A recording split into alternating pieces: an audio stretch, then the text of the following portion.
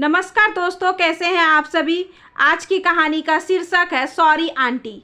अपनी kitty party का पूरा ग्रुप रिया को बहुत पसंद था। अपनी घर गृहस्थी को थोड़ी देर भूलकर महीने में एक बार 15 महिलाएं इकट्ठा होकर एंजॉय करती थी। रिया को इस दिन का इंतजार रहता था। 2 बच्चों की माँ, 40 वर्ष रिया स्वभाव से खुशमिजाज मिलनसार महिला थी। अपने ग्रुप में वह अच्छी खासी लोकप्रिय थी। इस ग्रुप में 30 साल से लेकर 60 साल की मीरा, 65 साल की सुमन और 70 साल की रेखा आंटी भी थी। तीनों आंटी को सब बहुत पसंद करते थे। सुमन आंटी अकेली रहती थी। कुछ साल पहले उनके पति का देहांत हो गया था। एक ही बेटी थी जो ऑस्ट्रेलिया में अपने पति और बच्चों के साथ रहती थी। सुमन आंटी की जीवन शैली किटी के बाकी सदस्यों के लिए प्रेरणा का स्रोत थी। अकेले कैसे जिया था, इसका जीवंत उदाहरण थी सुमन आंटी। रेखा आंटी के पति का भी स्वर्गवास हो गया था। वे अपने बेटे के साथ रहती थी। मीरा आंटी के भी पति नहीं रहे थे। 2 विवाहित बेटियां थी और वे अपनी छोटी बेटी के साथ रहती थी। पर पता नहीं क्यों रिया की ऐसी सोच थी कि वह अपने ग्रुप की तीनों बुजुर्ग सदस्यों से सहज नहीं थी। रिया ने नोट किया था कि बाकी सब तो तीनों को बहुत प्यार करती थी, लेकिन रिया उनसे दूरी बनाए रखती थी। तीनों अच्छी तरह से पहन ओढ़ कर रहती। कभी तीनों मिलकर बाहर भी खाने पीने जाती, मूवी भी देख आती। रिया भी सोचती कि क्या बुराई है अगर ये तीनों अच्छी तरह से लाइफ एंजॉय कर रही हैं। फिर वह इन्हें नापसंद क्यों करती है। वह अपनी सोच पर हैरान हो जाती।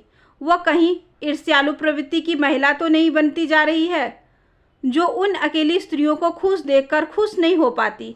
फिर सोचती, नहीं, वह क्यों जलेगी, वह तो अपने जीवन से संतुष्ट है। कभी वह सोचती, हमारे ग्रुप में बुजुर्ग सदस्यों की क्या ज़रूरत है, इन्हें तो भजन कीर्तन मंडली में होना चाहिए। ये हमारी किटी में आकर क्यों एंजॉय करती हैं। तीनों हर गेम में उत्साह से खेलती और इनाम मिलने पर बच्चों सी खुश हो जाती। सब एक ही सोसाइटी में रहती थी। कई बार ऐसा भी हुआ जब रिया के पति अनिल या उसकी कुछ खास सहेलियों ने उसके ग्रुप का मजाक उड़ाया था, यह कहकर कि तुम्हारा तो उम्र दराज आंटी लोगों का ग्रुप है। यह सुनकर रिया को और गुस्सा आता था।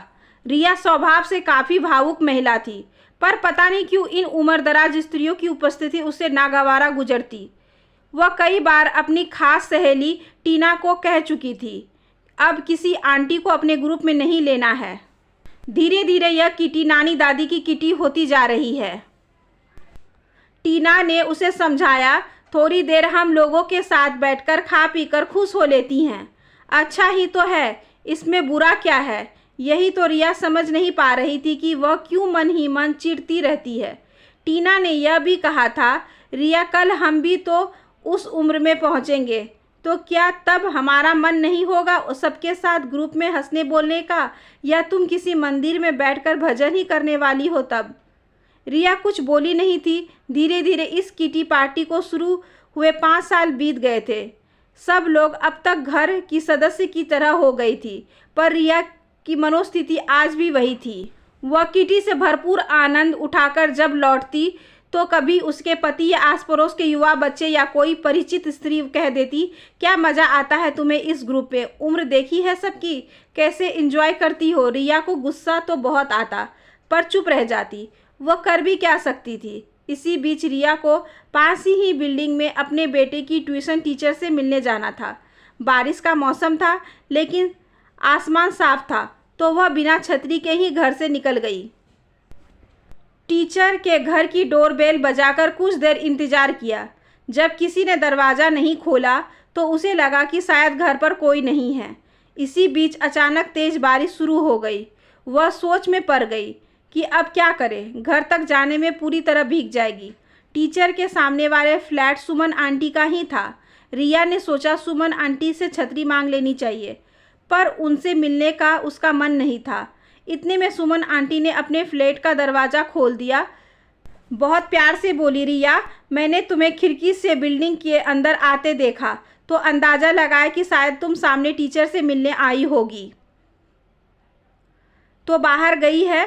आओ ना अंदर, आओ, आ जाओ अंदर। नहीं आंटी मैं चलती हूँ, पर छतरी नहीं है मेरे पास। आपके पास एक्स्ट्रा छतरी है क्या। हाँ है, पर पहले तुम्हें अंदर आकर एक कप चाय पीनी पड़ेगी मेरे साथ। सुमन आंटी हंसते हुए बोली और रिया का हाथ स्नेहपूर्वक पकड़कर अंदर ले गई। साफ सुथरे घर के कोने कोने से गृह स्वामिनी का कला प्रेम दिखाई दे रहा था। सोफे पर बहुत बड़ा सा टेडी बेयर रखा हुआ था। रिया ने पूछा, आंटी यह किसका है? मेरा ही है। रिया चौंकी, आपका? हाँ, इसे यहाँ रख दिया है मैंने। इसे देखकर मुझे लगता है कि सोफे पर कोई बैठा है, घर में कोई है। आंटी के चेहरे पर भले ही मुस्कुराहट थी, पर उनकी आवाज़ की उदासी ने रिया के मन में हलचल सी मचा दी थी। उनकी उदास आंखों की तरफ देखती हुई वह कुछ बोल नहीं पाई। आंटी ने स्नेह भरे स्वर में कहा, आज पहली बार अकेली आई हो ना? हमेशा किटी में ही आती हो। बैठो, मैं चाय लाती हूँ। जब तक आंटी चाय लाई, रिया ड्राइंग रूम में रखी कलाकृतियाँ, सुंदर साफ शीशे से चमकते शोपीस, उनके स्वर्गीय पति की फ़ोटो, बेटी और उसके परिवार की फ़ोटो देखती रही। पर घर में जो सन्नाटा पसरा था वह दिल को अजीब लग रहा था। एकदम शांत पर उदास सा घर। सुमन आंटी चाय लेके आई और रिया के साथ ही चाय पीते हुए उसके परिवार और बच्चे के बारे में पूछती रही। अपनी बेटी के बारे में बहुत सी बातें बताते हुए कहने लगी, सुबह तो मैं फ्लैट का दरवाज़ा खोलकर कभी कभी अखबार पढ़ते हुए बाहर खड़ी हो जाती हूँ और बीच बीच में स्कूल जाते हुए बच्चे को देखती रहती हूँ। लगता है चलो सुबह कोई तो दिखा, वरना अंदाज़ा लगा ही सकती हो कि कैसा लगता होगा अकेले। आंटी की आवाज़ में जो कुछ भी था वह रिया के संवेदनशील भावुक मन को अंदर तक छू गया। एक स्त्री होकर भी वह कभी अंदाज़ा क्यों नहीं लगा पाई कि इन अकेली जी रही आंटियों के जीवन में कितना अकेलापन होगा, कितनी तन्हा है। सब अकेले रहकर खुश रहने की कोशिश में लगी रहती हैं, सबके साथ जो थोड़ा बहुत हंस बोल लेती हैं। यह देखकर वह क्यों कभी खुश नहीं हुई। यहाँ थोड़ी देर में ही घर में फैली उदासी उसे व्यथित कर रही है और ये अकेलापन, उदास रात दिन उनके जीवन का हिस्सा बन चुके हैं। इसके बावजूद ये लोग कभी अपने जीवन में आई कमियों का रोना नहीं रोती। अपने सुख दुख अकेले ही सहेजती हुई कैसे जी रही हैं सब, और वह कितनी अविवेकी, असंवेदनशील है। ये सब थोड़ी देर सबके साथ बैठकर अपना अकेलापन कुछ पल के लिए भूल जाती हैं तो उसे इस पर आपत्ति है।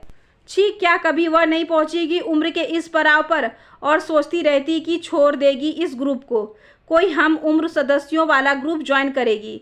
आज सुमन आंटी की बातों में उनकी उम्र की उदासी, अकेलापन साफ साफ दिखाई दिया रिया को। वह अचानक कह उठी, आंटी आप जब भी चाहे मेरे पास आ जाया करें। घर और बच्चों के काम के कारण मेरा जल्दी निकलना नहीं होता है, आप आती रहा करें। मुझे अपनी बेटी जैसी ही समझें आंटी। हाँ, और क्या, मैं अपनी बेटी से भी यही कहती हूँ कि मेरे ग्रुप में मेरी कई बेटियाँ हैं जिनके साथ बैठकर मैं सब कुछ भूल जाती हूँ। कितनी अच्छी हो तुम सब, तुम लोगों के साथ बैठकर तो जी उठती हूँ हम तीनों। ढेरों शुभकामनाएं निकलती है तुम लोगों के लिए। कितना प्यार सम्मान देती हो तुम सब। रिया मन ही मन आत्मगिलानी के लिए बस हल्की मुस्कुराहट के साथ आंटी की बातें सुन रही थी और फिर बस बाय बोलकर चल पड़ी। पर उसका रोम रोम अपने पिछले सालों के रूखे व्यवहार पर बस दो शब्द बोल रहा था, सॉरी आंटी। आशा करती हूँ कि आज की यह छोटी सी कहानी आपको अच्छी लगी होगी। अगर अच्छी लगी हो तो please like, share and subscribe करें हमारे चैनल को। ज़्यादा से ज़्यादा शेयर करें और बेल आइकन को ज़रूर प्रेस कर लें ताकि अगली वीडियोस की नोटिफिकेशन आपके पास सबसे पहले पहुँचे। धन्यवाद।